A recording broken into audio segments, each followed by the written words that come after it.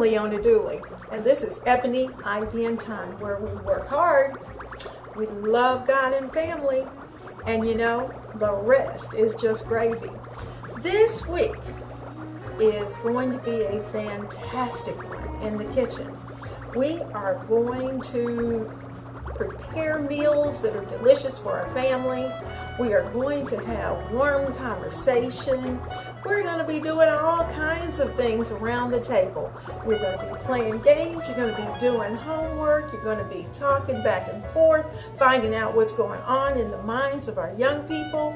You are going to be talking with husbands or boyfriends or girlfriends or whatever the case may be, but you are going to be keeping it real around your table. And while you're doing it, what better way to do it than over a delicious plate of food? So I hope you're going to stay with me on this journey. As we go each week, we prepare good meals, we keep it happy, and we never forget to thank God for the food that we have on the table. And while we're at it, keep people in prayer. Those that you know and those that you don't know, because people are going through things, and we need to make it our business to make sure that we call their name. So please be sure to do that. Don't forget to ask blessings over your food, and even as you're cooking, take the time to thank God for having provided what you have. So without further ado, have a great week. We're getting ready to take a look at a good menu plan.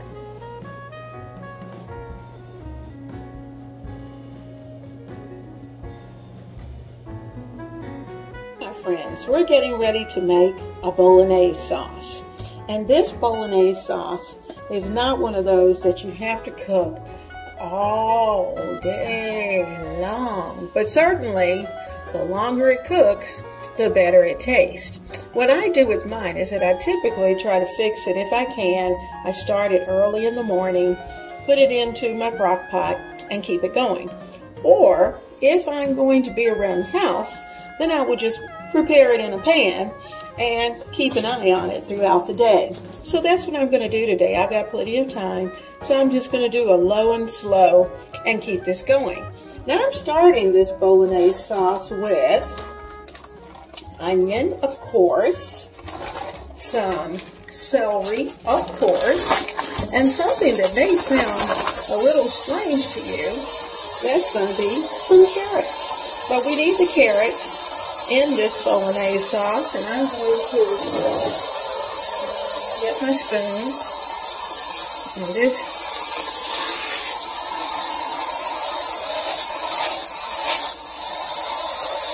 I'll turn this down just a little bit and let these onions start to soften. I also have celery, the 3 diced celery.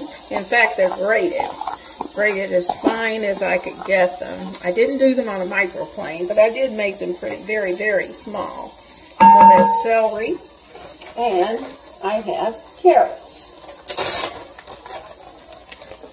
Now you know that I prepare those carrots in advance so that I don't have to grate the carrots so much at the final moment. So I'm going to see if that looks like enough. I think I may add just a few more into the mix. There we go. That's plenty. Not that many left. So guess what? I'm going to go ahead and use that whole block up. That's 2 cups of celery, 2 cups of onions, 2 cups of grated carrots. And I'm going to let these cook down. And you know, I'm trying to get them to break down. I have a little olive oil in the bottom. I'm going to use just a tiny bit of salt because you want to salt at each level.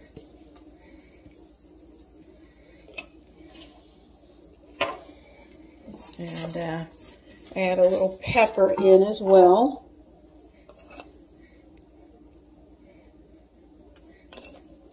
And you know, what I'm also going to put in there that just must be in a Bolognese sauce, and that's pepperoncino.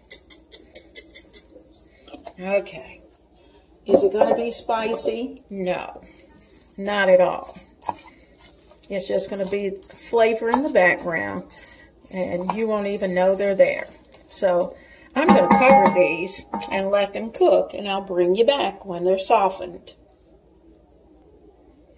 Now, while those vegetables are softening, in a separate skillet, I'm going to brown the meat. And I have 1.5 pounds of ground pork. And I have 1.5 pounds of ground sirloin.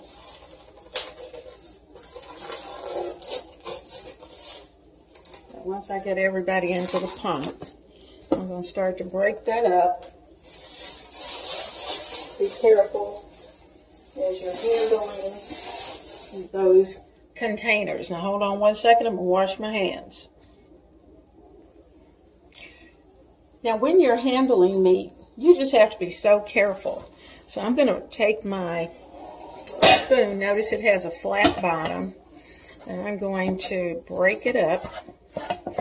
Everybody broken up. And turn the heat up just a little bit on this eye.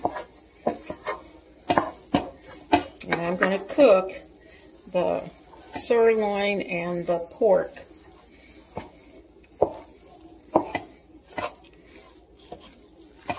I didn't have to, notice I didn't add any oil. I didn't need to.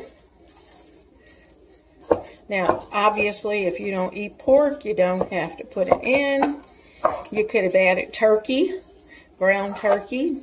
Remember, you would have had to add the olive oil with it, with ground turkey, because turkey is very dry, and you have to have some moisture.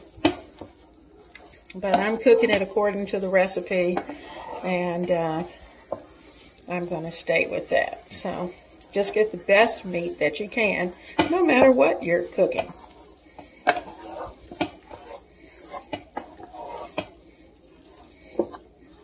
I'm going to let that cook, let it get brown, and I'll bring you back when it's just about ready. Now, while I'm waiting for this to brown, I'm going to add in a tablespoon of Italian seasoning.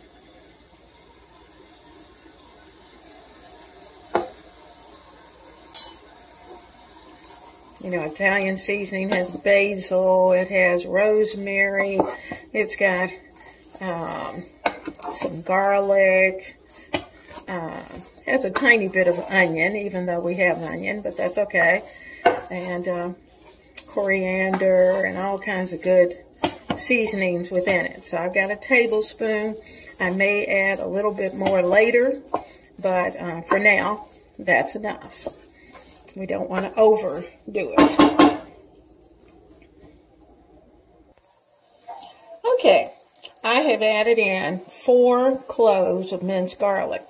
Now, one thing, notice this spoon. See what a nice flat end? If you can find a wooden spoon like this, it's the best thing ever, because what it allows me to do is to go in and just very carefully make sure that everything is nice and small and chopped up, and it just allows me to bring this meat to a nice crumbly state easily.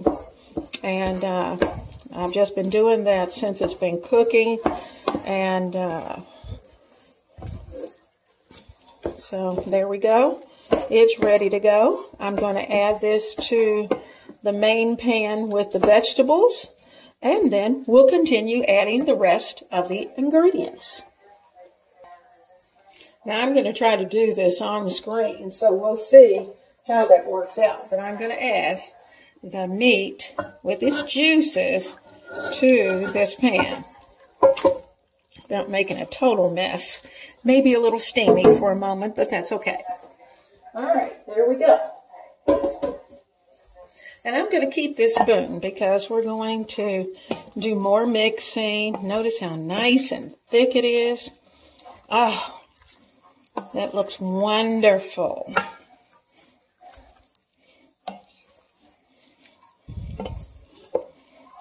Now, you know, the longer this stays in your refrigerator, or even your freezer, the better it tastes because it allows all the seasonings to go through it.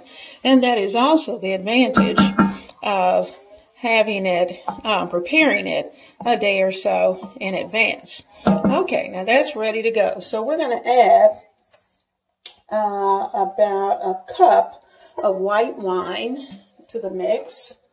And in fact, we could add more, and we'll see if we need more. So I'm going to put in this is 3/4 of a cup. I think I'm going to do 2 of these. That's 1, 2. It's 2 cups. That's a cup and a half of wine.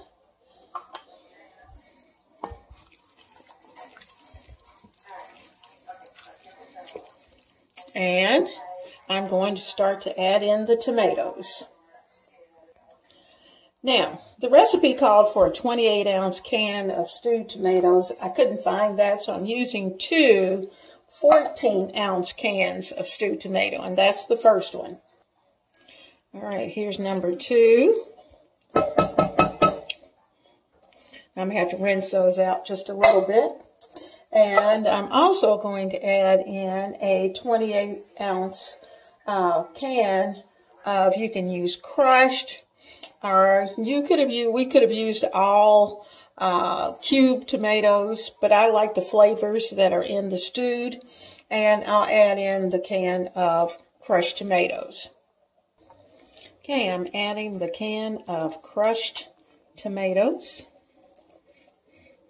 I'm going to add in just a little bit of water, slush it around so that you don't want to leave any of that tomato goodness. And actually, I'm going to rinse out this can, pour it into the other cans, give them a good rinse, and into the last can, and add that into the sauce. Okay, now we are going to be very careful. We're going to give it a very careful turn because we do not want tomatoes all over everything, especially not me. Because, of course, I got caught up in this and didn't put my apron on. I should have. But we are about to let this sizzle and sizzle and just let it cook.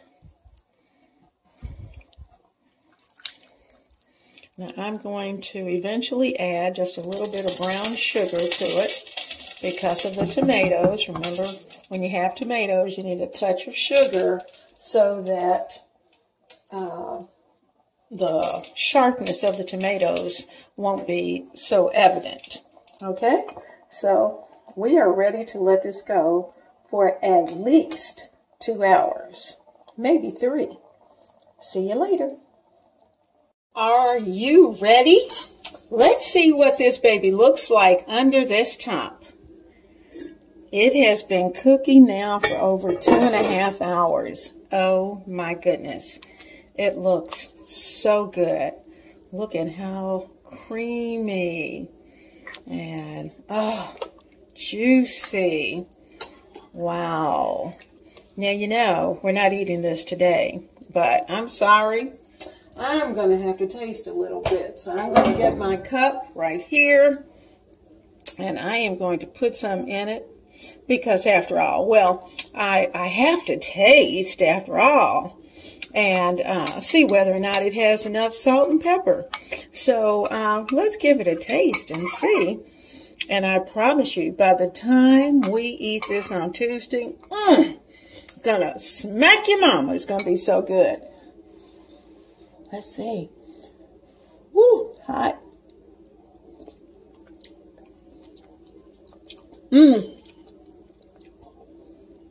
It's delicious.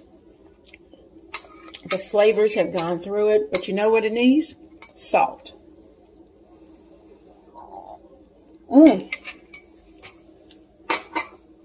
Now for me, that would be fine, right where it is, because I'm not much of a salt person, but I know my hubby is going to need just a little more salt.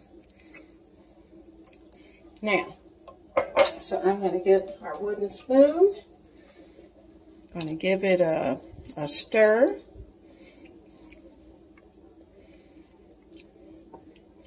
Now, when I take this out on Tuesday, I'll take out just enough to warm it up. But I'm putting it in a Rubbermaid container so that I can do that. And whatever's left after that is going to go into the freezer. And in fact, I've even considered just putting it in 2 Ziploc bags. That way I don't even have to worry about, you know, I have a bag for the freezer and a bag to come out on Tuesday. And that's very possible what I will end up doing. Wow, this recipe makes an awful lot. So I think what I will do, this would be a great recipe if you have a pretty large family. By the time you get the pasta and get a salad or some kind of vegetable on the side, goodness, it is so good. So Bolognese, weeknight Bolognese is ready and ready to go.